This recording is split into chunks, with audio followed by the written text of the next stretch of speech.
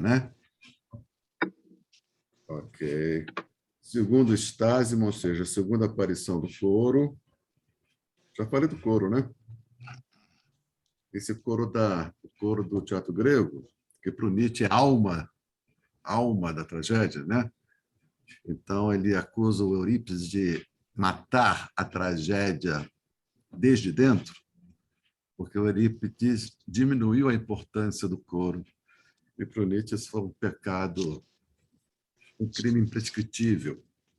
Então, o coro é importantíssimo e sobreviveu na nossa dramaturgia moderna nos célebres coros, ou coros, que é o plural de coro, né? Coros de ópera. Né? Então, nós temos coros de ópera célebres, né? Do Wagner,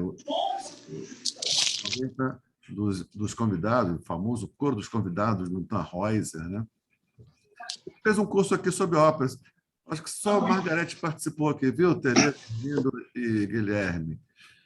E 3 óperas. Não foi exatamente sobre ópera, né? Porque eu não tenho competência para isso, mas foi tentar ilustrar 3 teses, né? Exatamente da filosofia, da cultura ocidental, ilustrá-las com óperas. Né? Então, foi o iluminismo com a flauta mágica do Wagner, do Mundo. É simplesmente extraordinário, aquele é lindo demais. Iluminismo. Está gravado? Está gravado isso? Estou gravando, não estou. O curso não, cara, porque antigamente a gente não gravava. A gente Que podia até fazer pena. depois. Se a gente arranjasse um lugar assim, Eu topo, é legal. né, com vídeo, para Seria a gente muito bom. ver as cenas, sabe? Ficou Seria legal. muito bom. A flauta mágica, que é da iniciação, né? Parece que o Mozart era maçom, né? Então, aquela iniciação, a Casa do Saber, um corte claramente iluminista, né? É linda, porque talvez seja a ópera que eu mais gosto, sabe? A Flauta Mágica. E a Alice, minha neta, gosta muito também, sobretudo da Rainha da Noite, que é barra pesada, que é a Rainha da Noite tramando o assassinato, né, do marido. Como ela não entende alemão, tudo bom. Mas é linda aquela...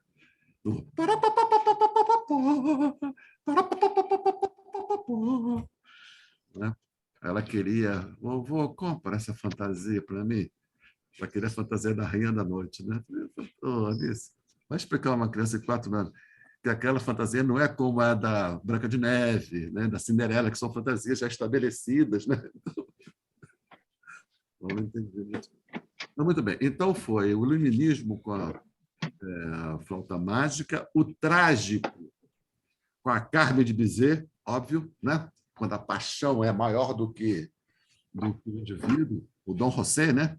Que se apaixona pela Carmen, por uma roubadaça, né? E o trágico e o romântico com o Tannhäuser do Wagner. O iluminismo, o trágico e o romantismo. As 3 teses a gente escutou também as peças, assim como a gente faz o texto, né? Linha por linha, comentando, né? Foi legal. Mas a gente não gravava na época, né? Se perdeu. Muito bem, então tem aqui o segundo estágio, que é o coro, que é o coro das Oceanídeas, essas entidades femininas do mar, né? Então, o coro de Oceanídeas roga que nunca lhe aconteça de ofender os deuses, pois agradá-los é a única maneira de desfrutar a vida. Evidentemente, isso aqui não é um texto do Ésquilo, é uma interpolação que antecipa o conteúdo do que vai ser expresso nesse segundo estágio, né? Mas isso aqui é muito importante a gente ter em mente isso, né? Então, saber por quê. Por que que o coro roga para que nunca lhe aconteça de ofender os deuses? Prometeu ofender os deuses e está pagando por isso. Adão e Eva ofenderam a Deus e pagaram pela expulsão, com a expulsão do Jardim do Éden. Então, a ofensa a Deus como ato inaugural do acontecimento humano, o que implica como resultado da ofensa duas coisas: o surgimento do humano e uma pena a ser paga. Né?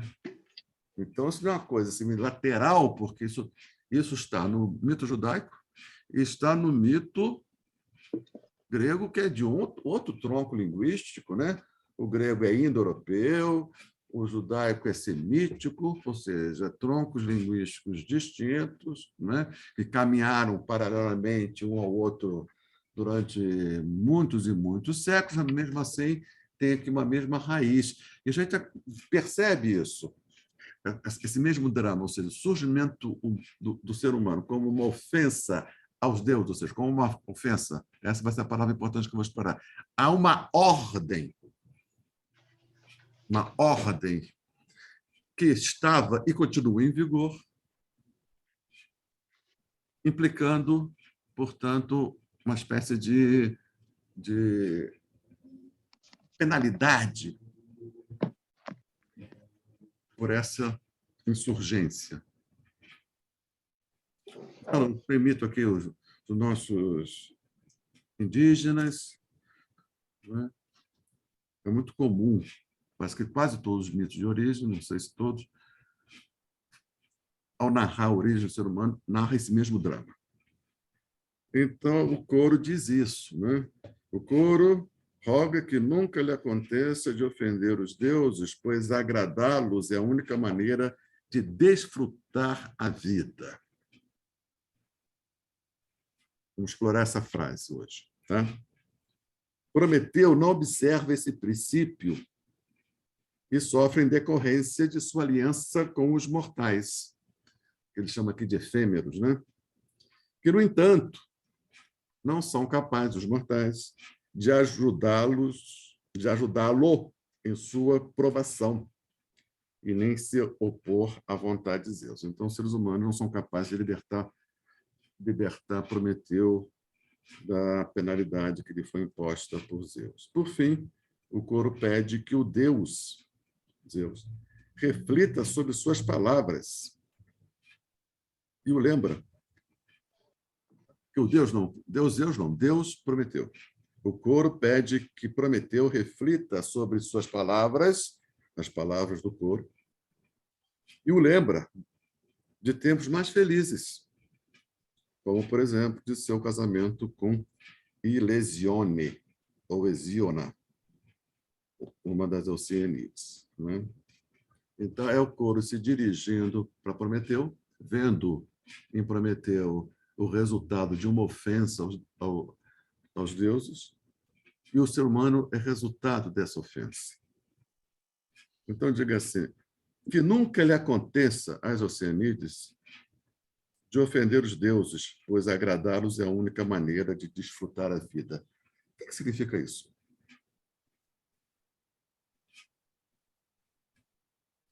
Sendo que foi não respeitando esse preceito que Prometeu deu origem ao fenômeno humano.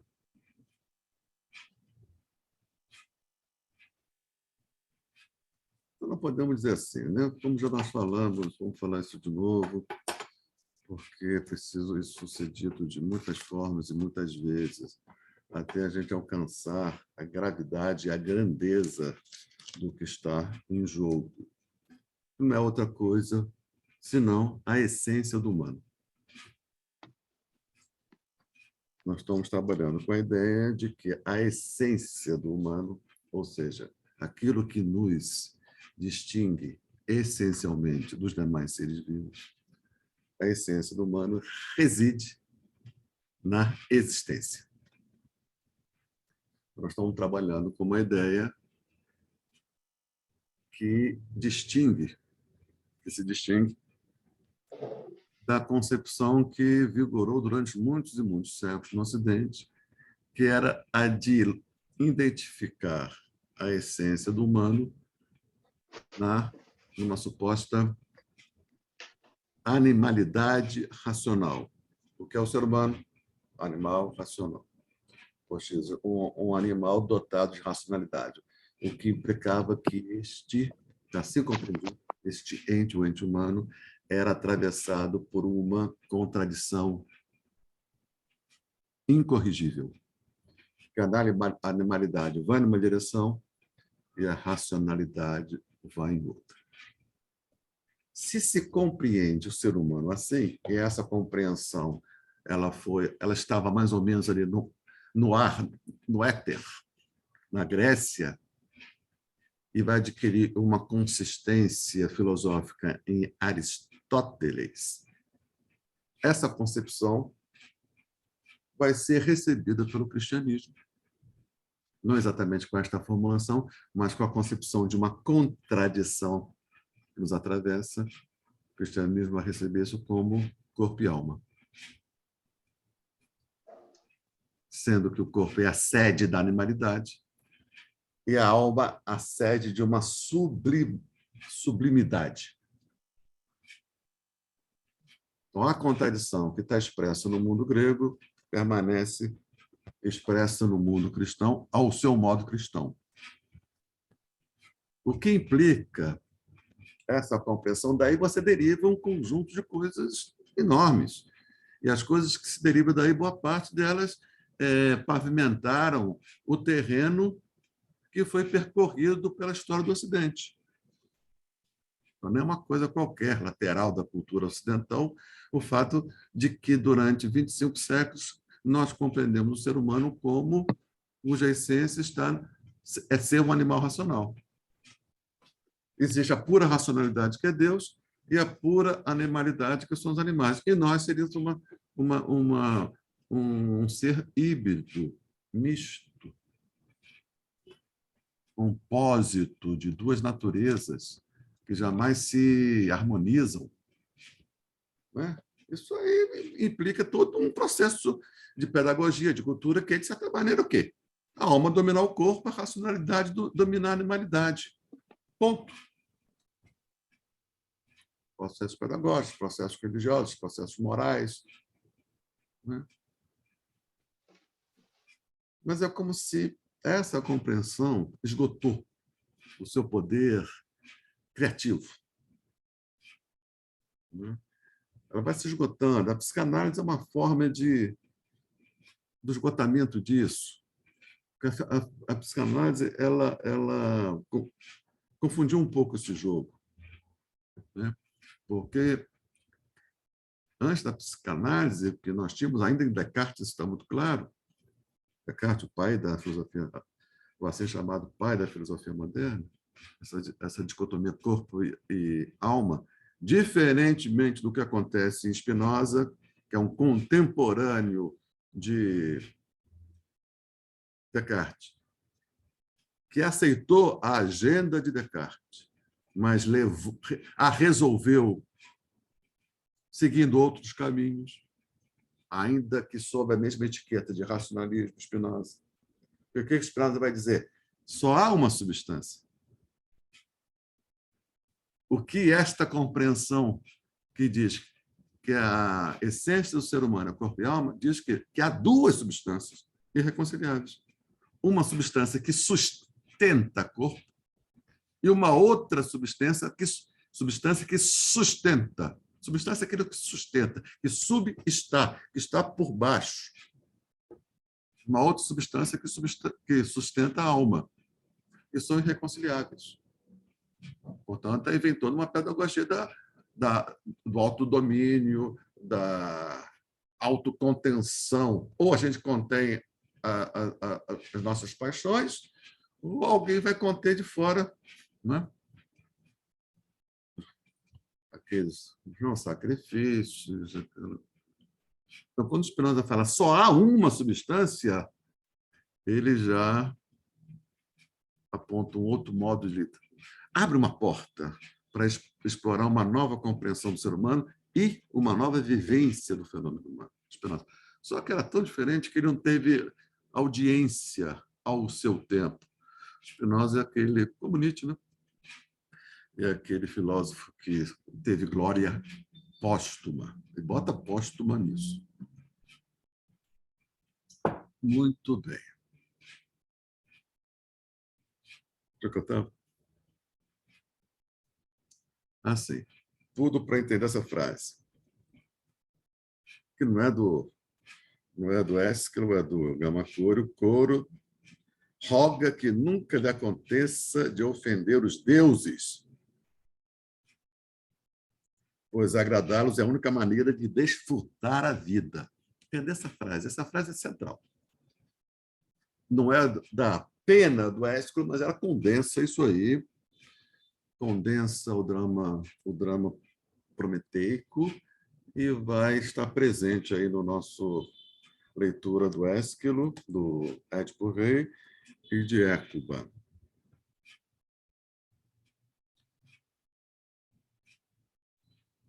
Que nunca aconteça de ofender os deuses, porque a condição de uma vida boa é agradar aos deuses.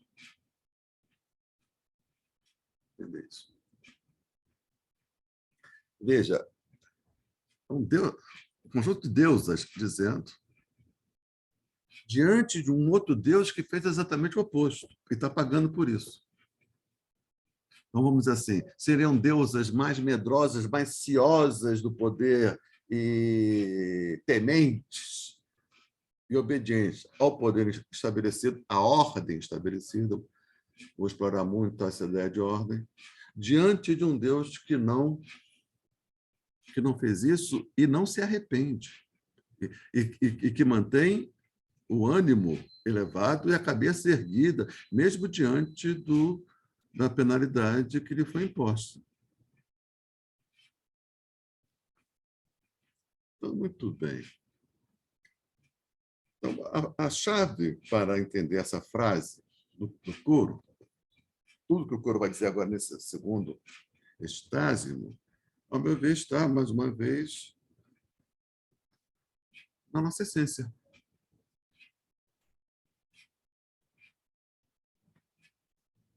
Qual é a nossa essência? Existência. Essa formulação, ela aponta uma alternativa diante da formulação que vigorou durante 24 séculos, que é a compreensão, que é a formulação que dizia ser a nossa essência animalidade racional. Corpo e alma.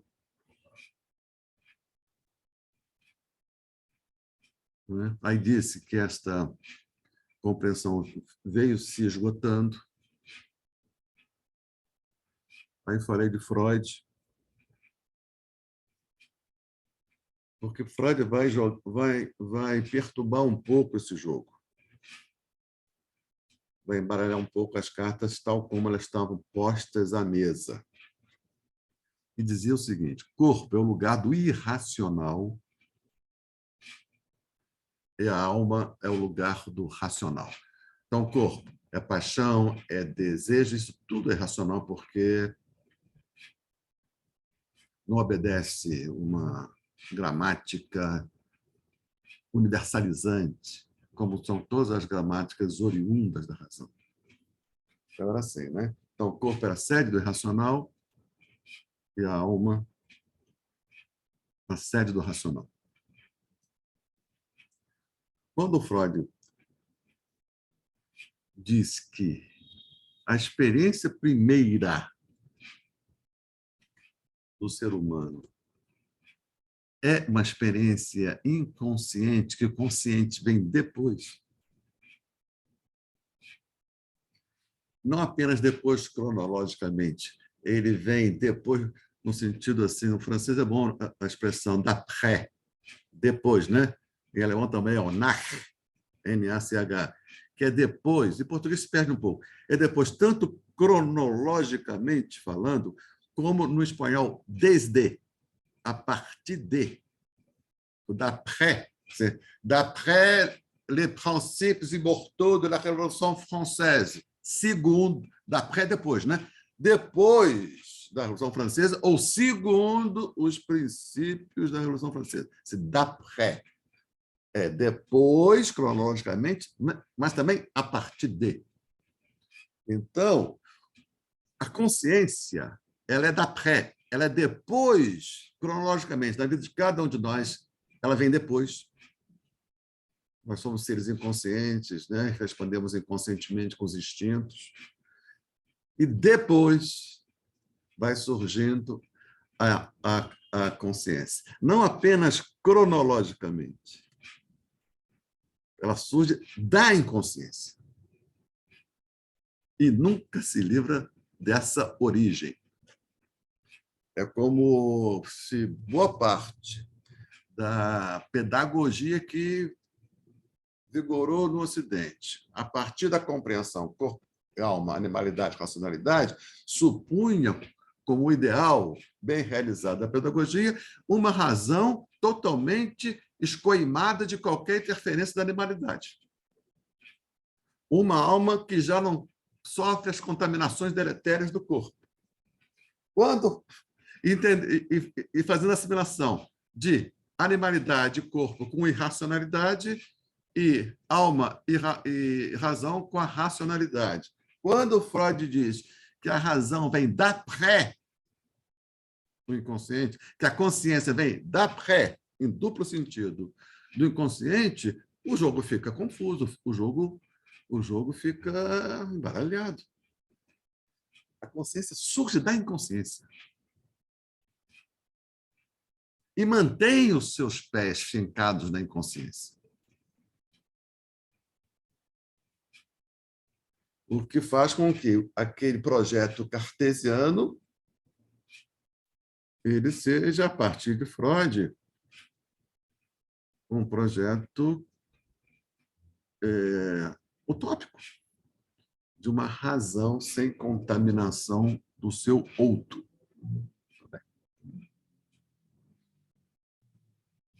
Então, vamos voltar à questão da origem. O Freud dá um passo adiante nessa sensação mais ou menos generalizada do Ocidente de que já não temos mais condições de levar adiante essa compreensão de que nós somos essencialmente contraditórios porque nós somos corpo e alma, essa dicotomia. Estava no ar esse cansaço. Antes de Freud, Kierkegaard vai fazer essa formulação que nós temos trabalhado tanto com ela, que diz que nós, olha só que formulação estranha a princípio, né?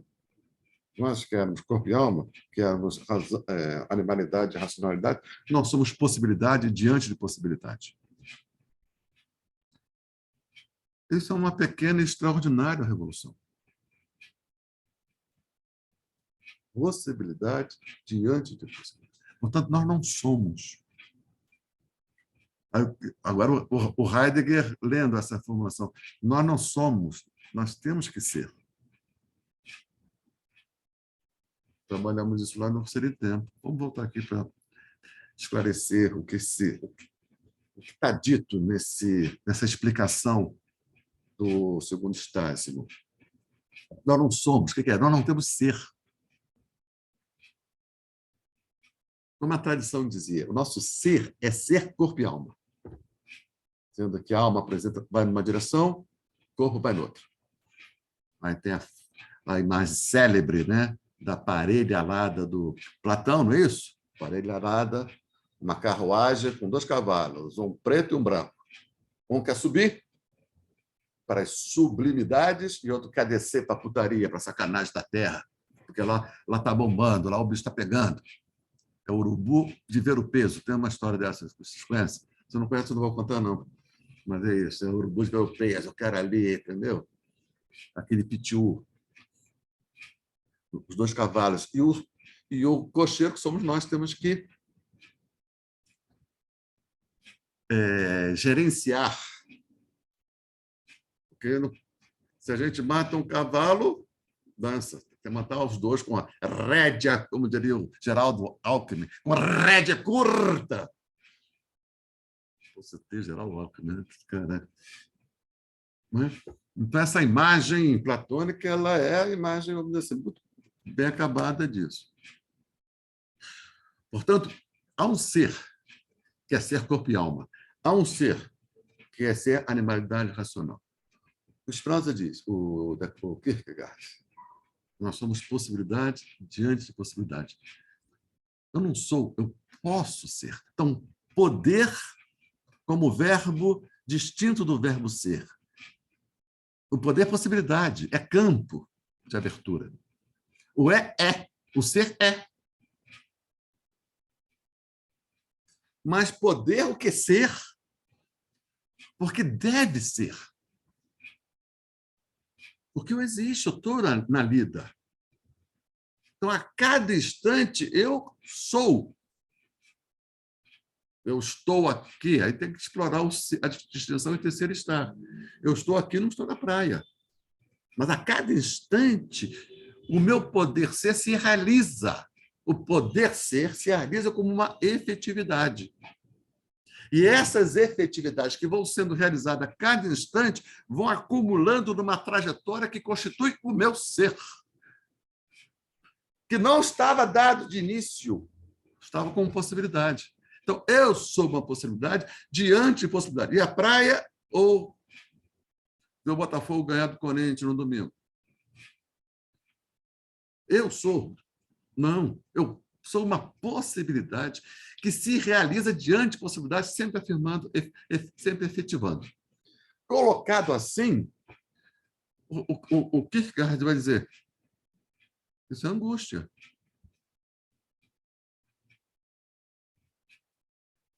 Angústia de não ser, mas ter que ser.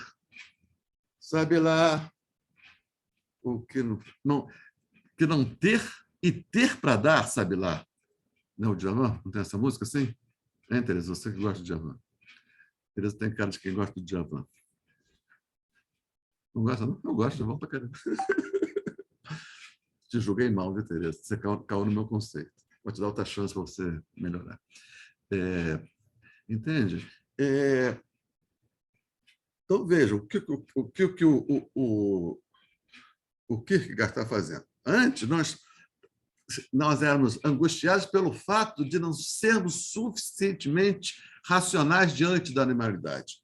Era assim que a gente justificava os nossos pesos. Ou de não ser suficientemente alma diante das exigências do corpo. O que está dizendo não, que a angústia, que esse mal-estar, vem desse fato mesmo de eu não ser. Porque se eu fosse, bastava desdobrar o meu ser. Como eu sou possibilidade, um poder ser diante de um campo aberto de possibilidades, não de infinitas possibilidades. Eu não tenho a possibilidade de voar, eu não posso abrir a janela e voar, porque isso não está no campo do possível, do poder ser.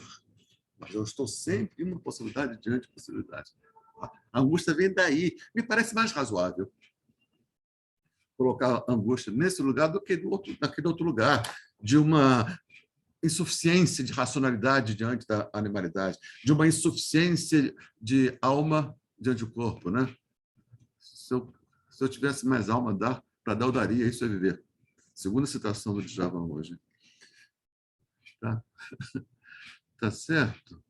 Então, muito bem. Então, veja, se nós somos possibilidade diante de possibilidade, nós estamos num vazio.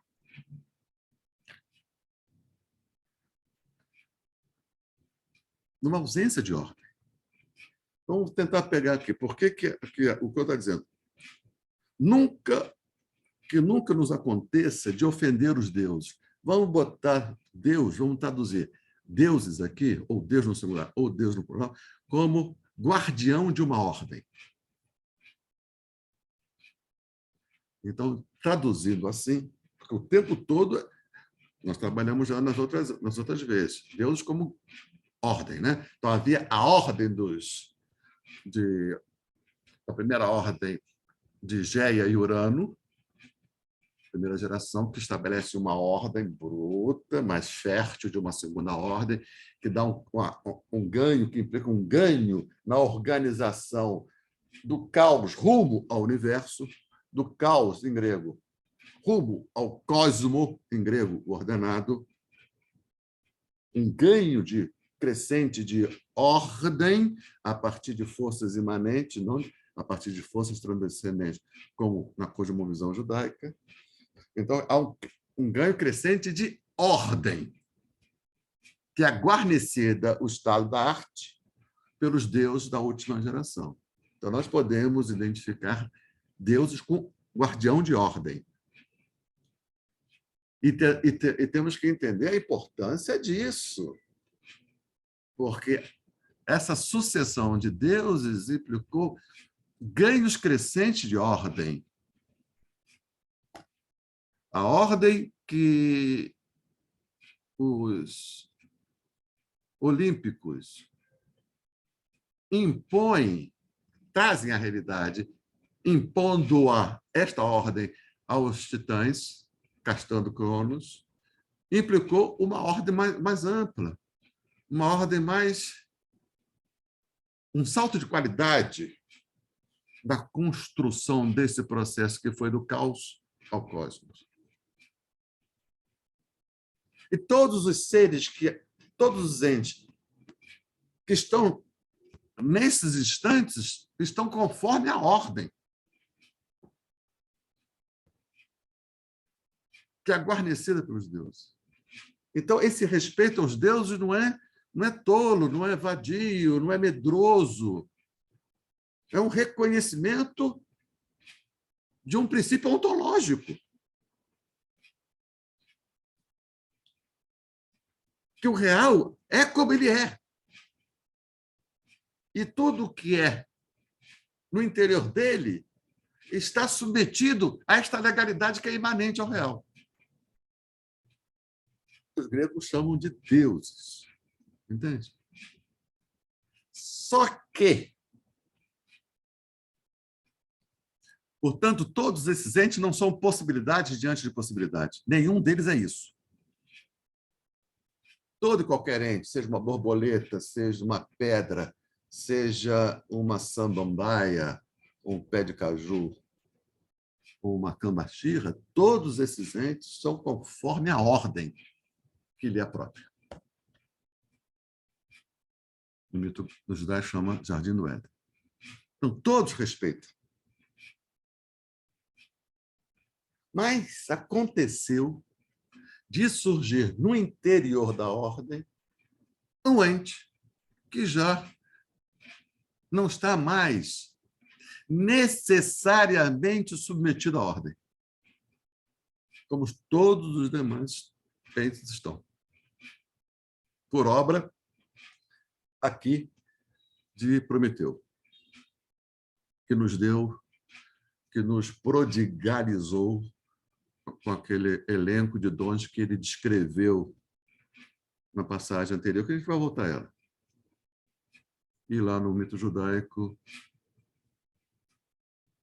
pelo ingresso, no simbólico, na linguagem, no conhecimento do bem e do mal. No simbólico, no valor, no sentido. Então, veja, a isso, a filosofia existencialista, a partir d'après, nos dois sentidos, Kierkegaard, chamou isso de existência. Para dar conta desse drama, que, ao meu ver, expressa melhor o que nós somos do que a fórmula antiga animal, racional, corpo e alma. Não que não haja isso em nós. Mas isso já acontece como uma resolução histórica da existência. Olha só que bonito, Tereza. Viu? Não é que isso esteja errado. Isso foi uma configuração histórica para dar conta disso, que nós somos existência. Só que essa configuração, por ser histórica, já deu o que tinha que dar. Está acompanhando, Margareth? Está muito sério. Margareth, quando fica séria assim, é porque ela está...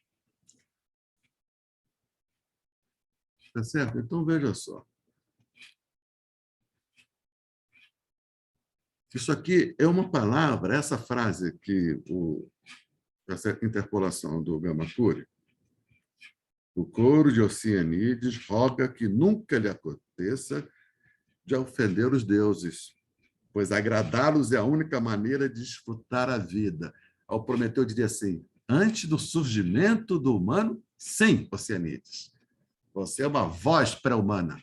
Aí vale. Mas agora não, surgiu uma outra coisa que não pode mais ser dita pelo que você está dizendo.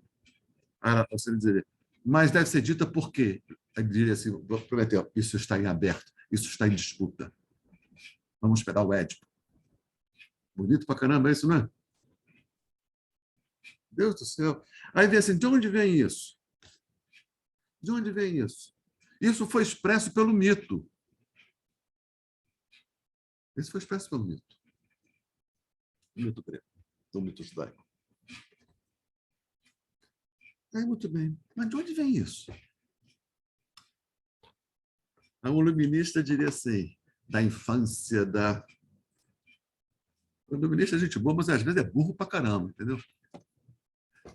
O iluminista diria assim, isso vem da infância da humanidade. Eu diria, o iluminista, seu amistade, você, quando diz isso, iluminista, que vem da infância, você está contrapondo esta infância à maioridade celebrada por Kant. Ao fazer isso, você se engana, seu arrombado. Se você diz que vem da infância em outro sentido, eu vou concordar com você. Se diz que vem da infância como aquela fase inicial que nos sustenta para todo o sempre, aí sim, o mito vem da infância da humanidade, porque nós nunca sejamos povo, sejamos gênero humano, sejamos indivíduo. A criança que fomos sempre continua habitando em nós para o bem e para o mal, para o que há de melhor em nós, o que há de pior em nós, o que há de mais luminoso em nós, o que há de mais tenebroso em nós. Ou é só comigo? Então, o mito, vou aceitar a formulação do iluminista, ainda que a formulação dele é preconceituosa e não alcança o fenômeno, a grandeza do fenômeno.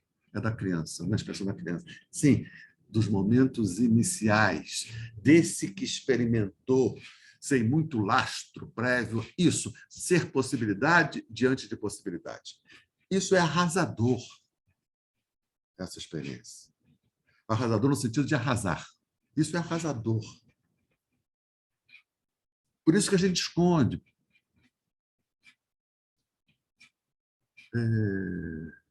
Denodadamente isso que nós somos. Possibilidade diante de possibilidade. Porque nós somos um ente que não suporta encarar de frente, só pode ser encarar, só pode ser de frente, né? Encarar diretamente também fica difícil. De encarar a nossa essência, nós escondemos de nós o que nós somos.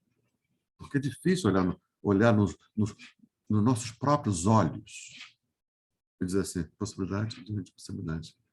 Ou outra forma de dizer isso, como Lacan disse de maneira brilhante, o que você tem feito do seu desejo. Que não é senão dizer isso de outra forma. Dizer o que Kierkegaard disse de outra forma. Porque o desejo, ele é uma orientação que brota desde de dentro, uma orientação desse que é possibilidade diante de possibilidade. O meu desejo faz, e o desejo de cada um de nós, possibilita que a gente não se afogue, se perca na miríade de possibilidades que tem diante de nós. O desejo orienta. Pelo menos tem esse potencial. Só que nossos desejos são capturados, né? Pra caramba. Aí não orienta por nenhum, orienta para o mercado, orienta para a vida infeliz. Achando que é feliz, né?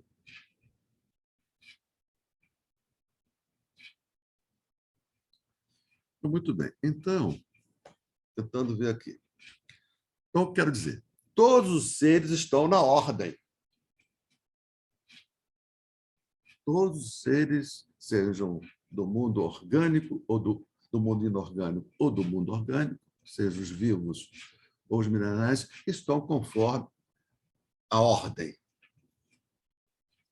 Os guarnecedores dessa ordem são chamados de deuses. Olha só, Prometeu é um deus que se rebelou contra a ordem e criou entes que já não são mais seres de órbita, são seres exorbitantes. Exo-órbita, fora da órbita. Porque órbita é a descrição da ordem, de uma ordem. Então, todos os seres estão numa órbita. As borboletas, as melancias, os astros, de tal maneira que você possa prever, até pode prever, mas nós somos seres, por ser possibilidade diante de possibilidade, significa, nós não temos órbita.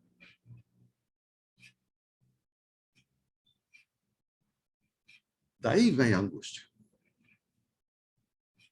Então, como é que a gente combate essa angústia? Construindo uma órbita que nos dê a impressão, a sensação de que essa órbita está lastreada no real. Está lastreada numa ordem.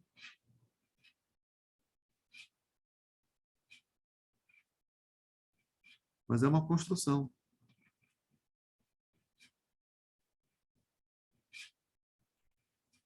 Aí faz sentido. Colocando nesses termos, a gente ouve com mais verdade o que está dito aqui. O coro de Oceanides roga que nunca lhe aconteça de ofender os deuses, pois agradá-los, viver na ordem que nos é própria, na órbita que nos é própria, é a única maneira de ser feliz. Viver na exorbitância não é possível. É isso que está dito. Só que todos os seres encontram a sua órbita naturalmente. Então, supondo que nós tenhamos uma órbita, ou seja, um modo propriamente humano de existir, essa seria a nossa órbita, nós teremos que investigá-la qual é. Caso ela haja, nós não a encontramos naturalmente, sim, mediante muito esforço e sempre com uma desconfiança que talvez não seja assim, pode ser assado. Então, esse desconforto que foi real como espécie humana e é real, em alguma medida, como experiência inconsciente de cada um de nós, porque a criança que a nossa gênero foi, a criança que a humanidade foi, e a criança que esse indivíduo foi, persiste sendo no inconsciente, e a forma do inconsciente é simbólica e o mito é símbolo, testemunha isso. Então, quando as Oceanídeas dizem que nós jamais ofendamos os deuses, ou seja, que nós estejamos sempre descrevendo no lugar que nos é próprio, porque essa é a única forma de ser feliz, de estar adequada ao nosso lugar, isso não seja concedido, que a gente não exorbite ao ser humano. Mas qual é o nosso lugar mesmo? Aí vem o Caetano. A gente nunca sabe ao certo onde colocar o desejo. Porque não tem um lugar orbital. Então, toda essa inquietação, ela está dita por mito. Porque foi a experiência vivida pela humanidade na sua infância. Por isso, nós não podemos tratar a infância da humanidade como o iluminista trata, como uma coisa da menoridade. Agora nós estamos na maioridade. Aquilo era irracional, agora nós somos racionais. Não, ele é um tolo, porque não percebe, o Freud vai nos ajudar a perceber, que a criança, que o irracional, que o inconsciente permanece sempre presente e nós somos o que somos por isto também.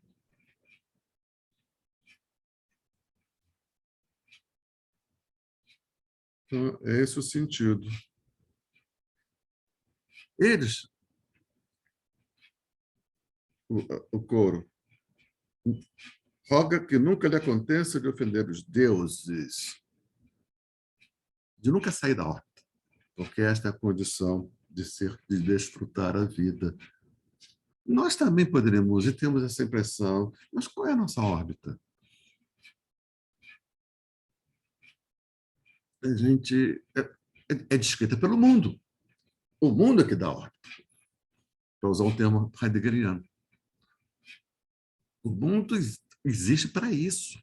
Há mundo para isso. Porque nós não temos mais natureza para guiar. Somos livres de natureza, portanto, somos lançados no mundo. Ser aí. Aí onde? No mundo.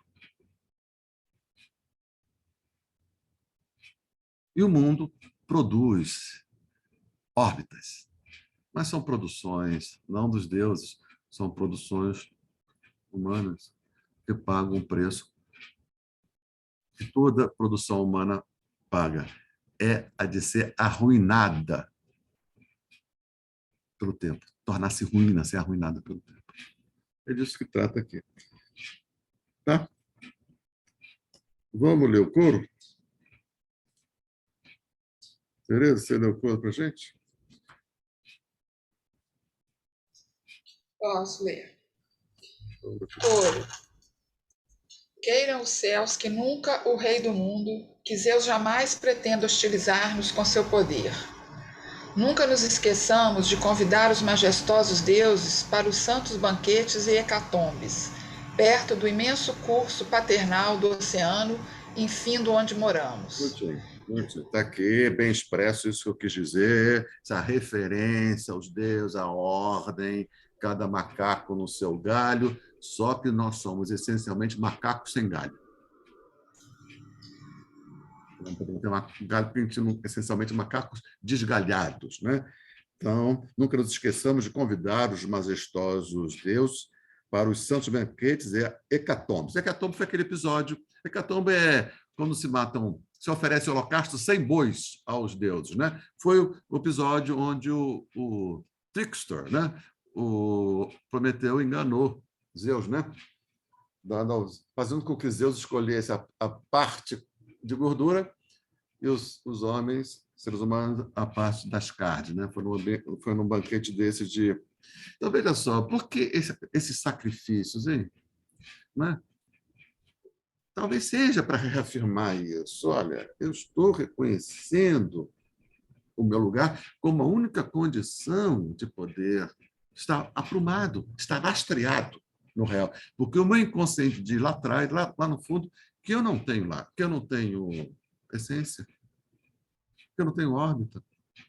O meu inconsciente diz porque ele experimentou isso. Não é invenção. Porque ele viveu isso. E, ao viver isso, ele registra isso. E o modo do inconsciente registrar vivências é no modo simbólico.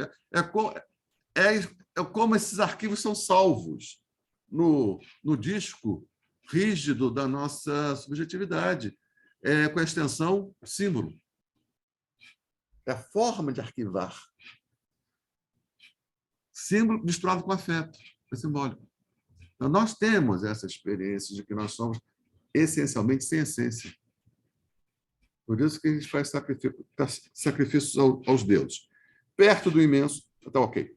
Jamais deixemos livres nossas línguas para pecarem, e que este princípio resida eternamente em nossas almas, sem perder sua força em tempo algum. Que princípio? A necessidade de se observar a ordem. Porque É doce. eles não são possibilidade diante de possibilidade. É doce.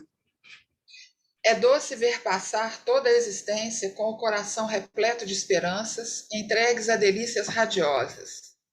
Mas vendo-te hoje aqui, dilacerado por milhares de males, nós trememos. Sem demonstrar temor ao grande Zeus, tua vontade indócil preocupa-se demasiadamente com os homens. Vamos, amigo, vamos, Prometeu. Dize-nos logo em que te favorece os teus favores aos pobres mortais? Onde estão o socorro e o apoio que eles te trazem? Não consegues ver essa fragilidade imponderável presente às vezes em sonhos obscuros que tore os pés da cega raça humana? Nunca a vontade dos homens efêmeros violará a ordem prefixada pela vontade de Zeus soberano. Bem, aí ela vai se enganar.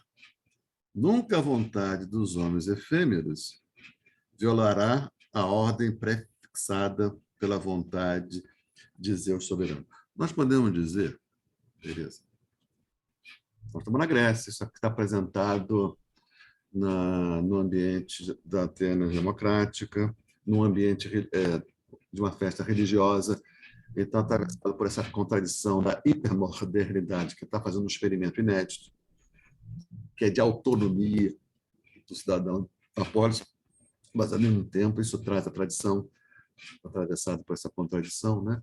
Então, nunca a vontade dos homens efêmeros mortais violará a ordem pré-fixada pela vontade de Zeus soberano. Nós podemos dizer... Então, é o seguinte, tem uma ordem que ela é inviolável. Nós poderíamos dizer assim, são princípios ontológicos que nós diríamos uma linguagem nossa, que não é aqui ainda desse momento, mas vai ser depois, princípios ontológicos metafísicos, portanto, invioláveis e eternos. Ela está dizendo isso. Nunca a vontade dos homens efêmeros violará a ordem, violará os fundamentos ontológicos. Platão essa é uma questão que atravessa o tempo todo. Ele vai atravessar a história do Ocidente, vai adquirir diversas formulações, e está aqui de novo, hoje, aqui, a questão da filosofia perene, dos tradicionalismos. Haveria uma ordem estabelecida de tal forma que ela se impõe aos seres humanos que cabe a eles reconhecer a sua validade e ser conforme esta ordem para dar um novo sentido ao que diz o coro. Nunca nos aconteça de ofender o princípio ontológico fundamental, porque a única condição de termos uma vida feliz é na observância do princípio ontológico fundamental. Entende? Está conforme. Conforme a quê? A uma ordem. Onde ela se encontra? Olha só. O Platão vai dizer, essa ordem se encontra por detrás das aparências. Portanto, eu nego qualquer ordem fundamentada nas aparências, inclusive dos deuses. Porque esses deuses da tradição grega se fundamentam na aparência dos relâmpagos, dos trovões, das marés. Mas havia uma vontade legítima de fundamentar, de fundar, de calcar, de lastrear o existir numa ordem. Essa ordem não está na aparência, está no fundo das coisas, está no mundo das ideias. Desde que houve um deslocamento da formulação, mas mantida o cerne da formulação. Se nós somos... Todos os seres estão orbitando, nós estamos encontrando a nossa órbita. E ela está aí. Só que a gente não vê, Platão, porque a gente só vê a aparência.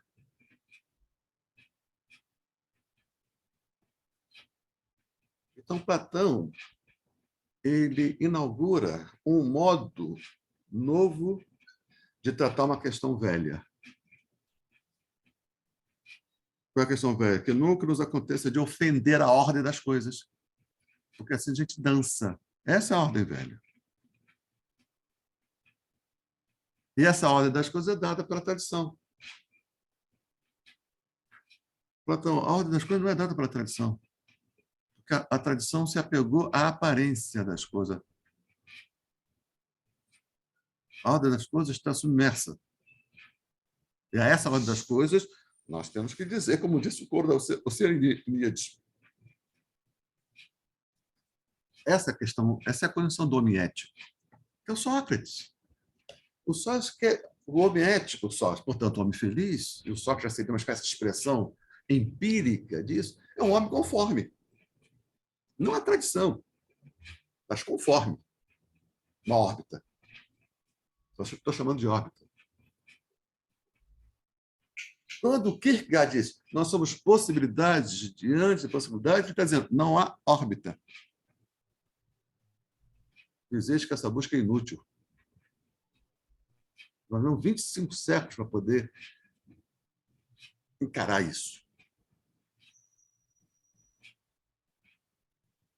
Nós somos essencialmente exorbitantes. Onde calcar? Onde calçar? Onde rastrear?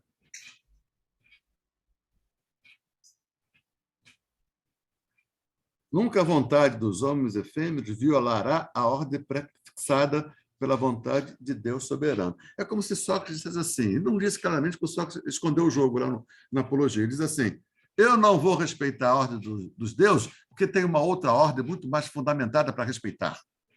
É isso. Não é anarquista. Anarquista e irresponsável seriam os sofistas.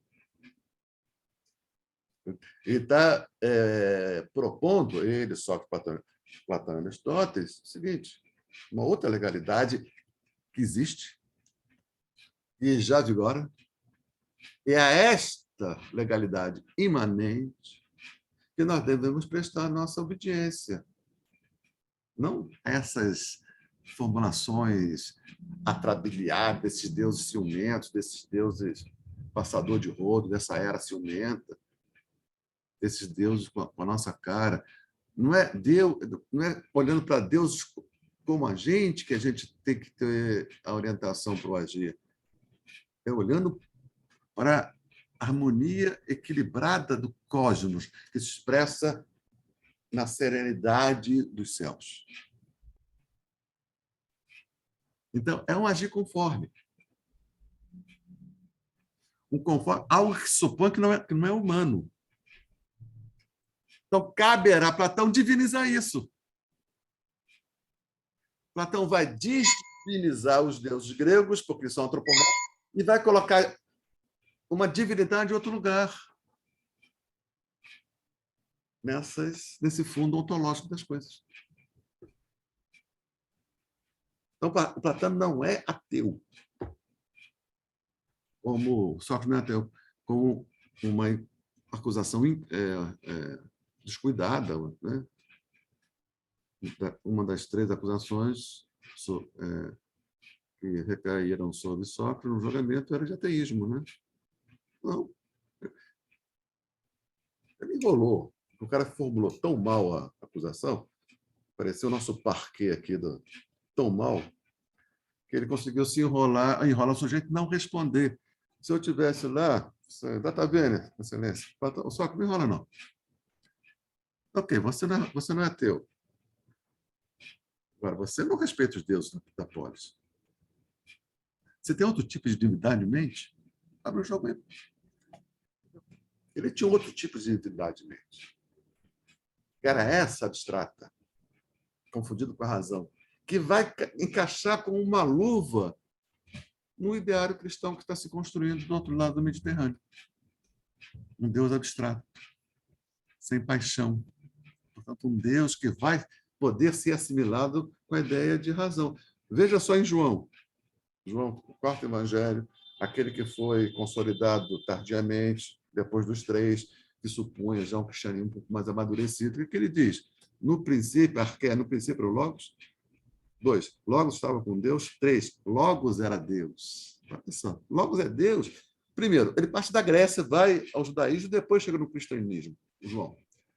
No princípio era o Logos. Arqué, Logos. Isso é filosofia grega, isso é Tales de Mileto. Ele fala, é como se o João estivesse falando assim, olha, o princípio da compreensão nos foi dado pelos gregos. Que aconteceu no judaísmo numa forma aproximada. Logos estava com Deus. Logos estava com Deus, segundo momento do judaísmo. Estava. Então, aquele princípio que os gregos compreenderam, que o princípio é o Logos, que na nossa tradução, no princípio é o verbo, que arqué é Logos, arqué, o princípio arcaico, fundamental, é Logos. Então, é isso aí que as oceanídees agora devem observar, obediência. Princípio arqueologos. Segundo momento, o Logos estava com Deus. E no terceiro momento, a fusão. E o Logos era Deus. Essa seria a contribuição do cristianismo, tendo essas duas fontes de inspiração, a metafísica grega e o judaísmo e o monoteísmo, uma invenção judaica. Então, quando há essa fusão, esse princípio continua valendo das oceaníades. Nunca que aconteça de ofender a um princípio. Porque essa é a condição da boa vida, a obediência do princípio. Essa é a condição da liberdade. Esse princípio, que está expresso aqui ao modo do politeísmo pagão, vai ser, de certa maneira, reformulado colocado em outros termos pela metafísica platônica. Mas, supondo isso, a única vida possível, digna, que nos possa ser feliz, a filosofia grega é uma felicidade voltada para a felicidade. É desde que você esteja na órbita. Só que a órbita não são esses deuses atrabiliares. A órbita é a razão. Depois, essa órbita vai ser dado pela nossa filiação a Jesus, não é? E nós chegamos agora no momento do esgotamento desta formulação, a ponto de Kierkegaard recolocar a questão em jogo com a seguinte formulação: nós somos possibilidade diante de possibilidade. Uma das possibilidades é buscar a órbita. Uma possibilidade que foi perseguida. Outra possibilidade é desistir disso. E parece que essa desistência não é uma escolha nossa, é uma imposição, por cansaço, não por boniteza, nem por idiosincrasia, nem por exotismo. Tá certo? Muito bem, Tereza, pega de novo aqui. Nunca à vontade. Nunca a vontade dos homens efêmeros violará a ordem prefixada pela vontade de Zeus soberano. Aprende isto olhando a tua ruína, mísero Prometeu. Com este coro, outro bem diferente está pairando agora mesmo junto a nós aqui. O canto de Mineu, que entoávamos outrora em volta do banho e da alcova de tuas bodas, no momento em que, sensível aos presentes recebidos, Ilesione, nossa irmã querida, subiu contigo ao leito nupcial. Ela faz menção, ela contrasta a penúria na qual se encontra Prometeu com o momento feliz que foi dos cantos de Meneu, cantos do casamento, né? O momento feliz do casamento, contrastando. Quer dizer, quando você era obediente aos deuses, quando você estava respeitando a sua órbita, olha só como você era feliz, olha só do que resultou, né? Acho que essa imagem é muito forte e muito esclarecedora desse drama todo. Vamos ficar por aqui, vai começar um terceiro episódio, né? Para a gente conversar, porque gente precisa sempre voltar a esse tema kierkegaardiano, sempre quando surge uma oportunidade de a gente dar carne àquela formulação kierkegaardiana, nós devemos aproveitar, senão ela fica abstrata, possibilidade diante de possibilidade. Isso é tudo menos abstrato. Talvez nada mais concreto do que isso. Com vocês.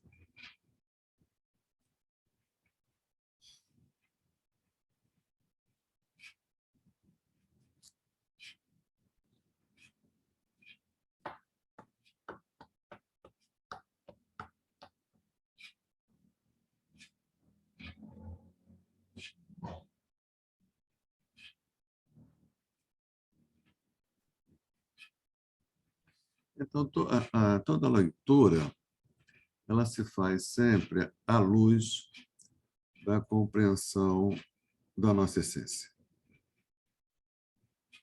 Que é a forma, ao meu ver, de melhor iluminar esse texto. Senão ele fica um texto de erudição, de cultura geral. Né? Porque o respeito aos deuses, a gente não tem mais uma vivência capaz de compreender o que era isso. Quando a gente fala respeito aos deuses, está num outro registro, num registro já de um cristianismo degradado, que não alcança. Né? Não alcança. Porque isso é a voz de mito. Então, a voz de mito é dessa experiência que estava se fazendo, na experiência mesma de ser possibilidade diante de possibilidade. A gente nega isso afirmando uma possibilidade como um fundamento. Como fundamento. Para encontrar orientação, porque nós somos seres essencialmente desorientados, mas ninguém pode viver assim. Então é incrível, nós somos possibilidade diante de possibilidade, portanto, no interior da angústia, e eu nego minha angústia, diminuindo o meu campo de possibilidades, não ampliando. É como se, de certa maneira, nós somos, por sermos o que somos, uma rebelião contra a nossa própria essência. Porque é difícil ser o que nós somos. Cada um sabe a dor e a delícia de ser o que somos. Então, se eu amplio a minha campo de possibilidade, amplio minha angústia. Se eu diminuo a minha angústia e crio outra. A angústia da prisão, do tolimento, da dificuldade de fazer fluir o desejo. Não é? Encontrar a justa medida é uma tarefa uma vida inteira, né? Com você. Eu sou um ser angustiado. É mesmo? Porque, você me explica, claro, eu estou doido para saber o que é isso. não sei o que é também, não, mas eu estou... Porque eu me julgo assim, isso tudo que essa tua aula agora, por exemplo, né, ela é uma aula de reflexão, claro, como todas as aulas, então ela nos faz, por isso que talvez quando você passe a palavra há um silêncio, né, de todo mundo está... Eu estou te ouvindo, eu vou pegar um skin para mim, porque hoje é sábado, tá? Estou te ouvindo. Tá bom. Então é um momento de reflexão. No meu entendimento, quer dizer, naquilo que eu penso, é como se nós estivéssemos no fim de uma jornada, né?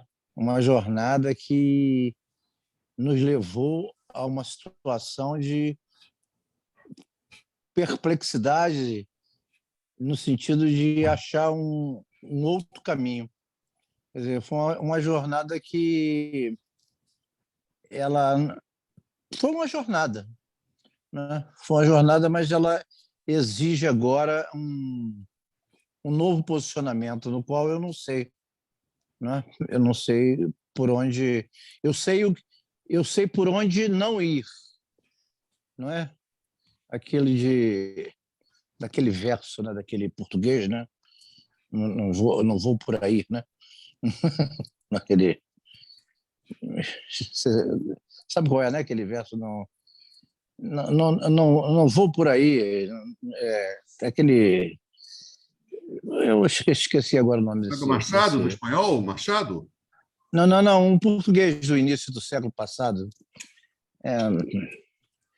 Diga-me que não vou por aí, vem por aqui e tal, eu não irei por aí, uma coisa assim.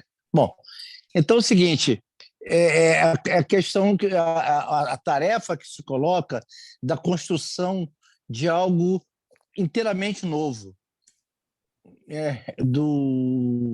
daquilo que não foi dito, daquilo que não foi pensado, daquilo que não foi trilhado, daquilo que está por vir, mas que eu não sei ainda o que é. Então, só sei que não é o que está. Isso do limite então, é insuportável, né? Do limite, isso é insuportável. Claro que é insuportável. Isso é a tragédia que nós estamos vivendo. Acho que... Então, essa é a reflexão aqui, né? Porque as deusas ali, elas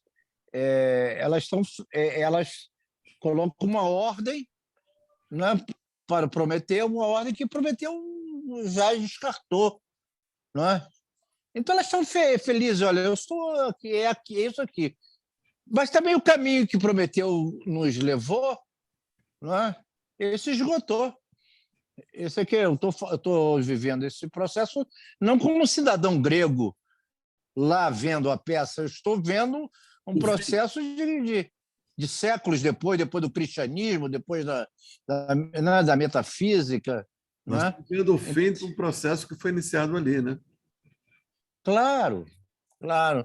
E aí, mas com a questão de que é necessário construir um caminho.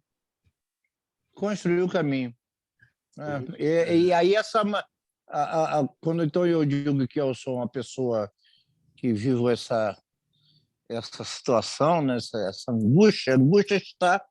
Né? O que é isto, de fato? Então, eu fico como uma pessoa, um estrangeiro. Então, sou estrangeiro. Todos esses temas são temas de existencialismo, né? Estrangeiro, claro que eu lembrei do Camus, né? Do Sísifo. Nos coube, Arlindo, viver essa etapa histórica, e nós vivemos moderno, pelo menos, vamos dizer assim, 2/3 das nossas vidas de forma moderna, essa fase, que foi na aposta de um projeto de emancipação humana baseada, ao seu modo, na razão. Não na razão iluminista, mas numa razão dialética. Então, estava tudo... Claro. Nós estamos orbitados. Só que isso, nós fizemos os melhores esforços com os custos que sabemos quais foram, né? Só que aquele projeto ele não se sustenta mais. Ele só sustenta para pessoas a custa de muita cegueira. Cegueira essa que nós já não conseguimos nos conceder. Acho que eu falo por mim e por você. Muito bem, mas o jogo está aí. A organização desse fenômeno, em termos assim, de cultura, como foi, veja só, Platão, Sócrates foi preso, Platão foi, de certa maneira, banido, ele volta e reconstrói uma escola de quadros, que a escola academia era uma escola de quadros, uma espécie de Patrícia Lumumba, entendeu? Havana Leste, né? Uma escola de quadros, para reformar a sociedade a partir daqueles quadros. Aí vem o cristianismo, pega aquele negócio todo, e aquilo cria um mundo, e aquilo se sustenta durante muitos séculos. Esse mundo está se desconstruindo. Nós estamos vivendo esses primeiros, né, vagidos desse monstro que ainda não tem face, que chamam de pós-modernidade, etc. Ok, muito bem. Então, nesse caso, a meu ver, vai levar tempo, se é que vai ter uma reconstrução, como foi, né? Aquela frase do Heidegger, a meu ver, ela é muito sintomática, ela acho que quer dar conta desse drama. Apenas um novo Deus é capaz de nos tirar desse buraco. Ou como Nietzsche disse, por 20 séculos e nenhum Deus novo ainda. Né? De certa maneira... É terrível. Isso é terrível. Nenhum Nenhum. Não tem, porra. Então, cara, eu acho que eu tenho dito isso para as pessoas, para os amigos e para as pessoas mais próximas, né? Que a tarefa revolucionária que se impõe, a primeira delas, a condição de todas as demais, é manter a sanidade psíquica. Que não é pouca coisa. Não, que não, eu não estou fazendo... porque, veja, era mais fácil, porque você estava com o mundo organizado, você tinha um lugar nesse mundo, você tinha uma órbita, eu era um militante da esquerda revolucionária, estava ali. Mesmo que era ditadura, que podia ser preso, o cara era quatro, mas estava ali um lugar. Mesmo que fosse um lugar de opressão, eu, um oprimido, mas tinha lugar, onde eu estava todo inteiro, todo integralmente ali. Então a chance de eu surtar era pequena. Eu podia surtar na tortura, mas por forças externas, mas internamente eu estava apaziguado, porque eu estava orbitado. Agora não tem, cara. Agora não tem onde ir, onde você se sinta... Né? Eu não tenho nenhum lugar onde me sinta confortável, nenhum. Aqueles meus amigos lá do livro, eu me sinto, em certa maneira, muito desconfortável em diversos aspectos. Diversos aspectos. É como se em cada lugar você tem que fazer concessões, porque o mundo se desorganizou. Você faz e fica mirando umas coisas, esquece outras, em tudo, assim, em tudo é assim. E se você vai ao mundo, pior ainda, porque está todo desarticulado. Tudo. Aí você tem que encontrar um lugar, que é o refúgio último da sanidade, é a sua psique. Não é? Então, esses textos, esse encontro com o mundo grego, de certa maneira, é dúbio, não sei se a Teresa vai concordar comigo, acho que sim. É dúbio, ao mesmo tempo, tira umas certas escamas, a gente vê o real na sua crueza mais crua, mas, por outro lado, nos traz material, porque vem encontro, não é? Vem ao encontro de potências. Então, um jogo complexo, difícil, mas tomara que seja um bom encontro que nos faça, né, não cair num pessimismo, porque o mundo acabou, não tem mais jeito, mas encontrar motivos de... Aí volta o Buda e Jesus como naquela mensagem, né, de que existe alguma... Como é que você fala? Teve uma vez que você falou uma coisa, um termo, uma parte sadia, né, em nós mesmos. É assim como eu entendo a metáfora, vou chamar de metáfora, que os cristãos não brigam comigo, a metáfora do Espírito Santo, que é a dimensão sadia da psique. Espírito Santo, dimensão sadia.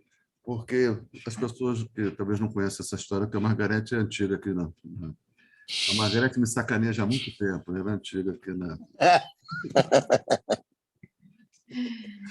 Então, eu tenho uma interpretação assim, que não é só minha, né? Mas eu acho bastante... Primeiro, admito a existência histórica de Jesus de Nazaré. Não porque tem como existiu, não existiu, aquele francês, o Renan, né, disse que não existiu. Eu admito que tenha existido uma figura histórica. E nesses 4 evangelhos canônicos, há lá todos 4, quase que eu falei gap, pelo amor de Deus, um vazio, não é? Acho que dos 12 anos aos 30, né? Então, ele dá um perdidão de 18 anos, né? Então, tem uma corrente com a qual eu me filio, que é que nesse período ele esteve lá no sul da Índia e teve contato com os budistas.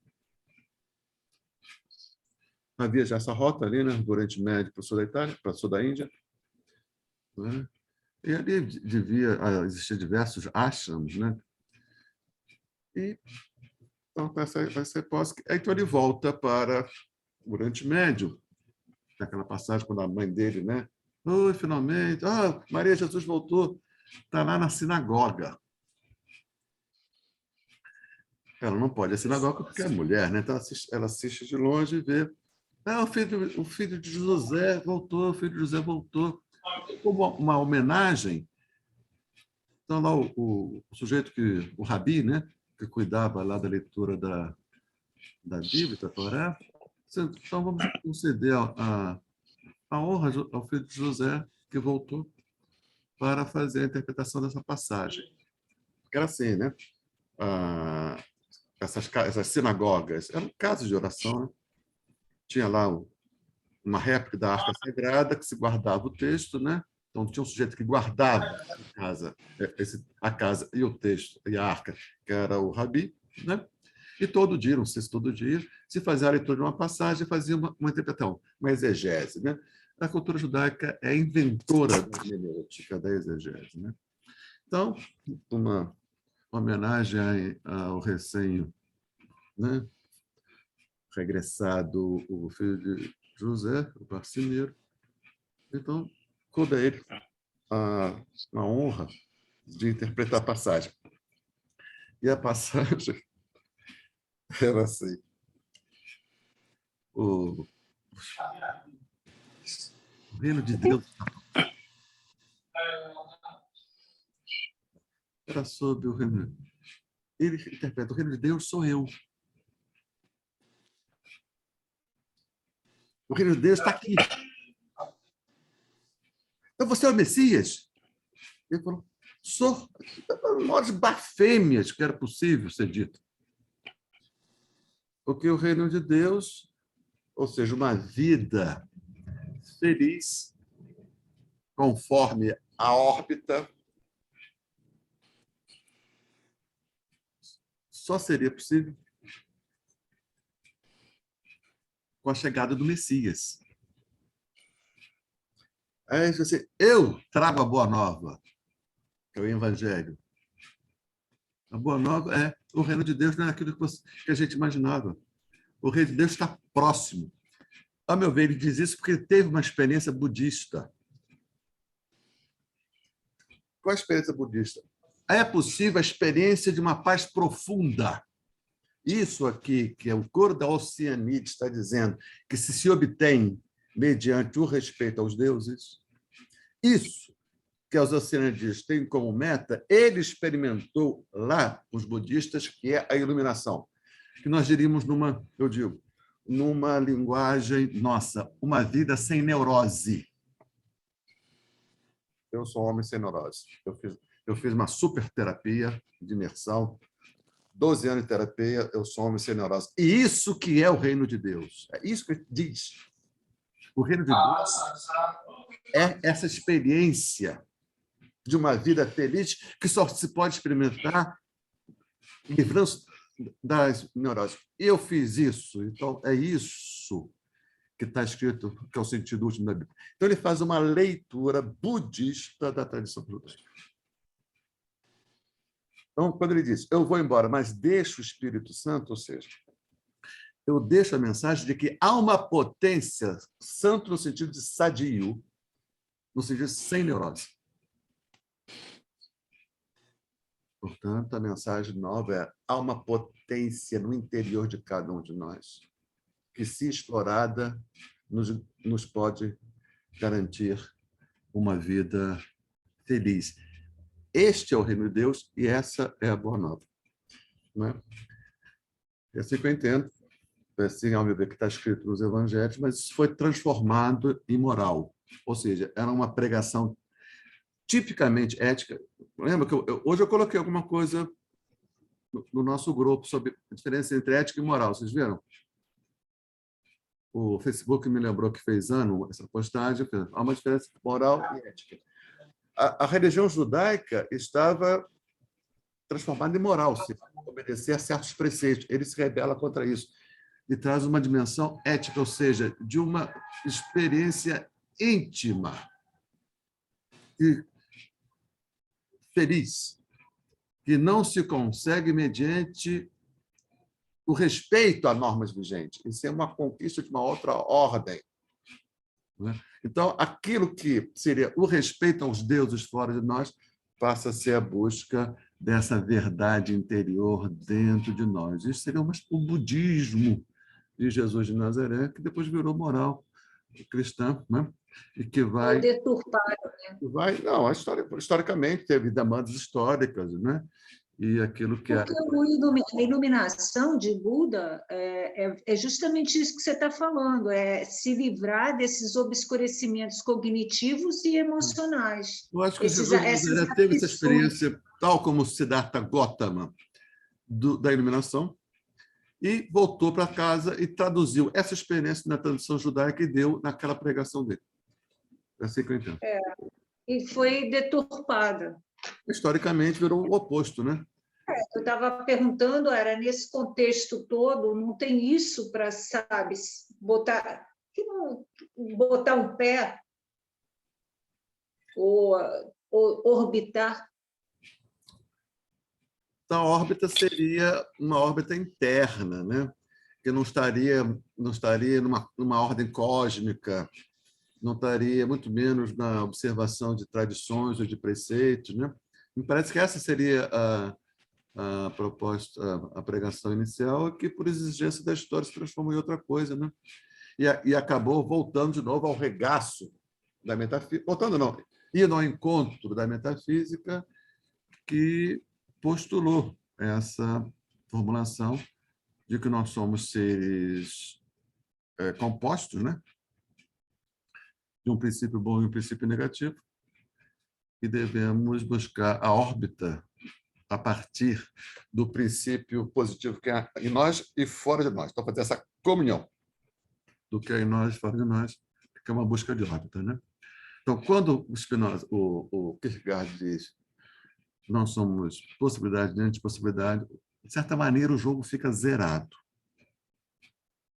E, pela primeira vez, nós vamos ter que olhar para nós, né, sem essas escamas, né? Sem negar a tradição, que é uma bobagem, né? Mas também sem cair na ilusão de que ela possa nos guiar de novo. Ela pode nos guiar, mas desde que seja muitas vezes elaborada a tradição. Sem elaboração, sem mediação, a tradição só vai nos levar para o buraco. Tereza, diz aí, querida.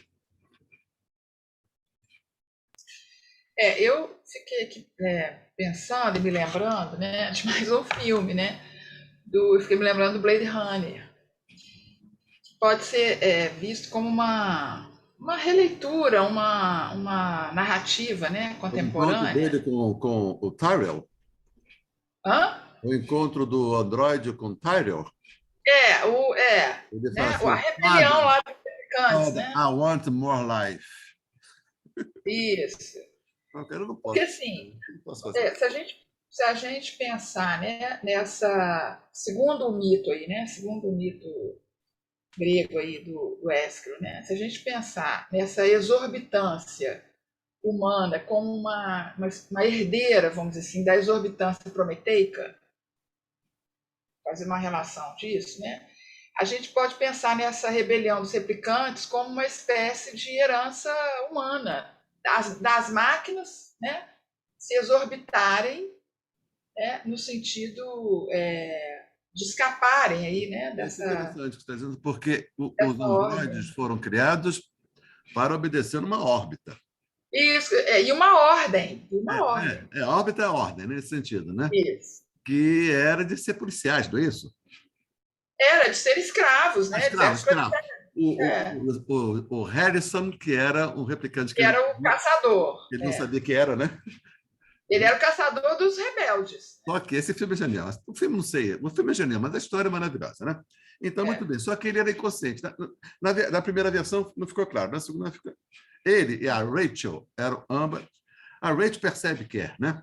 Porque ela, diante de um piano, ela tocou piano, né? Para não saber que sabia tocar. Porque esses androides, aí que vem a questão. Esses androides de última geração, que não era lá o Rutger Hauer, não era só muito forte, mas o Harrison era outra coisa, a Rachel também. Inclusive, só funcionaria se eles fossem inconscientes da sua essência. Olha só o tema aí, inconsciente da sua essência. Como Édipo era inconsciente. Édipo é um detetive que procura um criminoso que é ele mesmo. E ele não sabe que é o criminoso que ele acha. E acaba encontrando. Eu sou o criminoso a quem eu estava, em busca de quem eu estava. Então, muito bem. Então, para esses replicantes de última geração, diferentemente daqueles que foram trabalhar como escravos fora do sistema solar, tinha que acontecer uma coisa. Tinha que ser implantado emoções. Olha só que coisa interessante. Mas parece essas emoções terem, vou usar de novo, lastro, sustentabilidade, sustentar, implantar uma memória. Isso é genial, cara. para organizar aquele afeto. E é este afeto que vai fazer com que eles exorbitem. É o fogo, né? É o fogo prometeico. É um filme extraordinário. É um filmaço. Então, veja, Enfim, eu acho que o Prometeu é o quê? Ele nos tirou desse lugar, né? Nós não somos animais. Então, qual é a diferença? Ele elenca, veja só, ele elenca as características da diferença, mas ele não aponta algo que significasse soma dessas diferenças. Ele só descreve habilidade, memória, imaginação. Mas o que possibilitou isso aparece como dádiva minha. Então, quem o prometeu? É aquele que nos lançou, que lançou. Nós não, porque nós não éramos nada. Nós não éramos humanos antes desse lançamento que Prometeu fez. Os animais que foram lançados por Prometeu no mundo deixaram de ser animais, passaram a ser seres humanos. Porque são seres do mundo. Abertura, possibilidade de possibilidade. Eu acho que isso aí eu não consigo encontrar uma melhor caracterização do Prometeu do que essa. Eu insisto muito nisso e uso isso como a chave de leitura para todo esse drama. E não consigo ainda, só um segundinho, não percebi ainda uma chave de leitura mais produtiva do que essa para o texto grego. Fala, Rio. Não, é que, voltando a essa questão dessa situação de angústia, a grande questão, porque nós fizemos uma trajetória, no meu entendimento, que ela está no impasse. E o grande impasse está colocado que o ser humano ele adquiriu um poder letal tão alto que isso complica muito a situação que os gregos não tinham naquela época.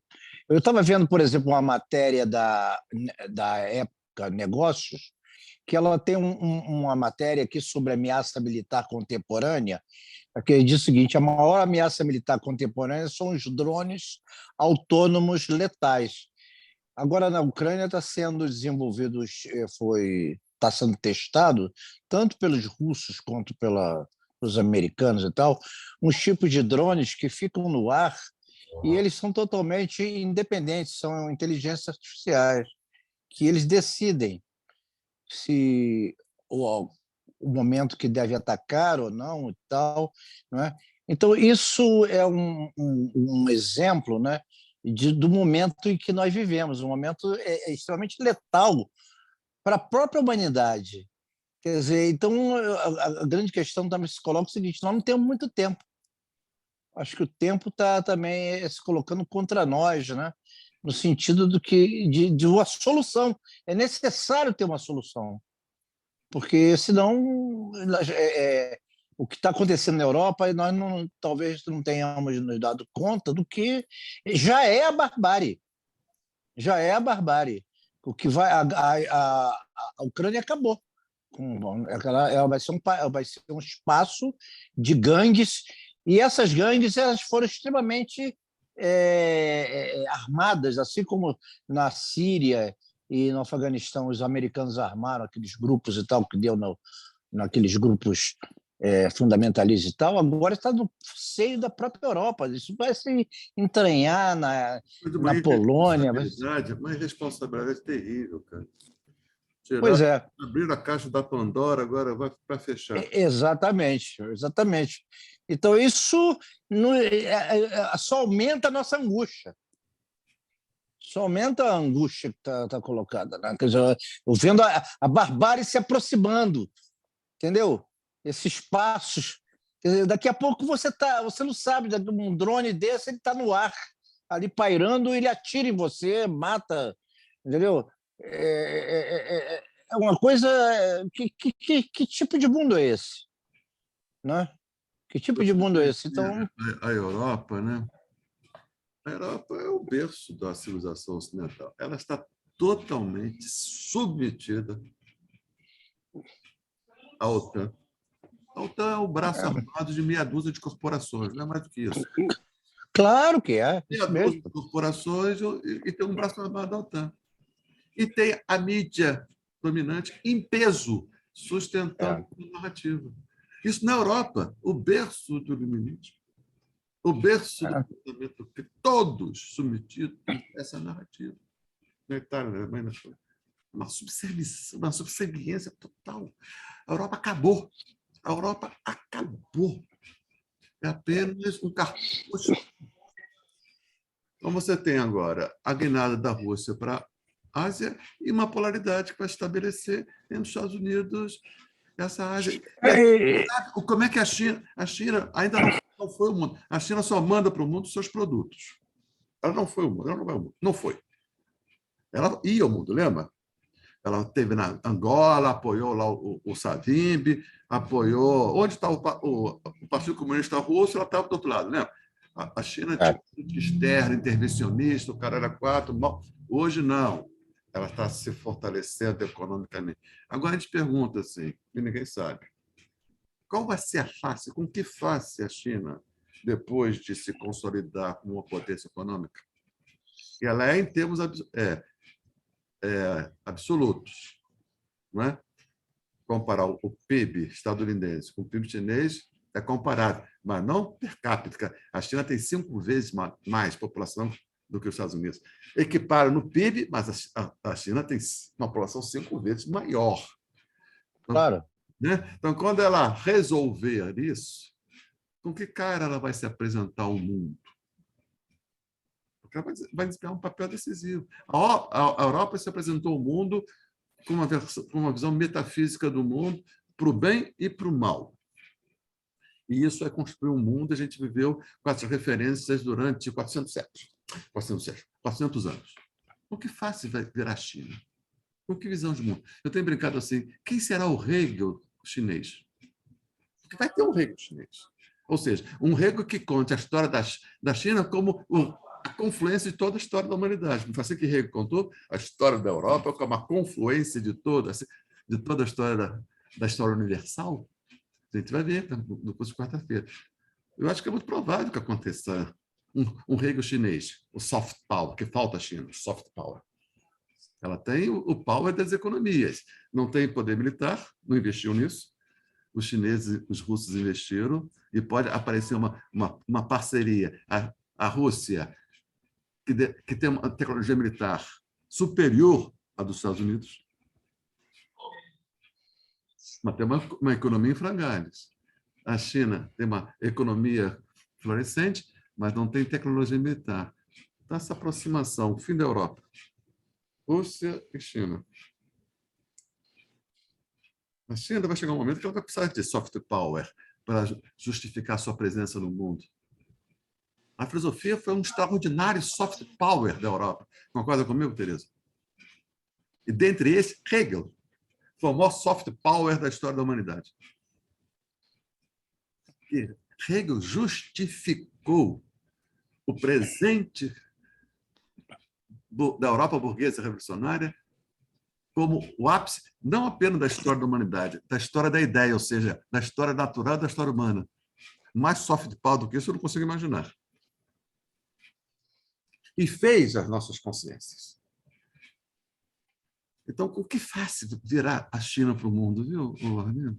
O que faz?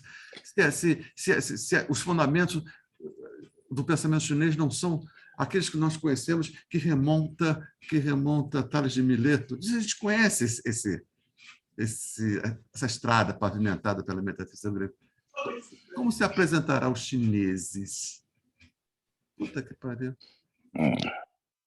O problema que eu vejo é a questão do tempo. Volto a insistir isso. O tempo é curto.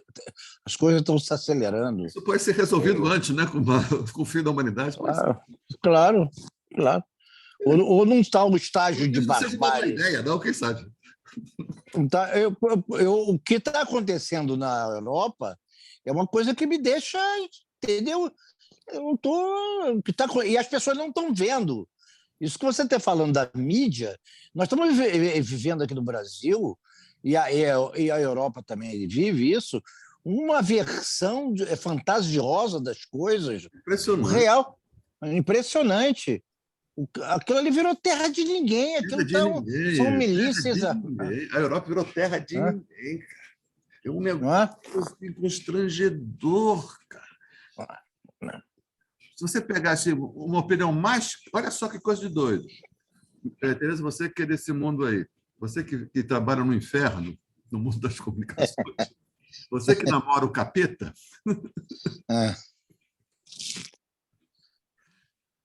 se você quer uma opinião assim, um pouco mais moderada, mais sóbria, melhor que moderada, sóbria, você vai na Fox News, na extrema-direita. É o que eu estou fazendo. É o que você está fazendo? É o que eu estou fazendo. É o que eu estou fazendo. A extrema-direita... Mais ou menos. E ali eu tento decifrar, E você, entendeu? Porque eu... com toda essa escola que nós temos de ler sinais, né? E fazer essa reconstrução. Aqui no Brasil é na Jovem Pan, na Jovem Clã, é onde está mais sóbria. Puta que pariu. Esse lugar já foi da esquerda. Esse lugar já foi da esquerda, não é mais. A esquerda não existe, é tudo um retrato na parede. E como dói. Fala aí, Margarida. Bom, é isso. Fala aí, Tereza. Te interrompi, Tereza. Você estava falando. Não, Luiz, eu já tinha terminado. Eu vou até pedir licença a vocês, eu vou ter que sair agora. Tá legal. Tá? Então, Obrigada pela aula, Luiz. falou, querido. Até quarta, gente. Até quarta. Bom final de semana. Bom, isso. Ficamos por aqui, né, Luiz? Ficamos sim, querido. Então, até quarta. Tá bom. Margarete, alguma coisa? Guilherme, Isabela? Não. Obrigada, Luiz. Foi um arraso hoje. Muitas reflexões. Todo mundo ficou arrasado, né? Foi um arraso.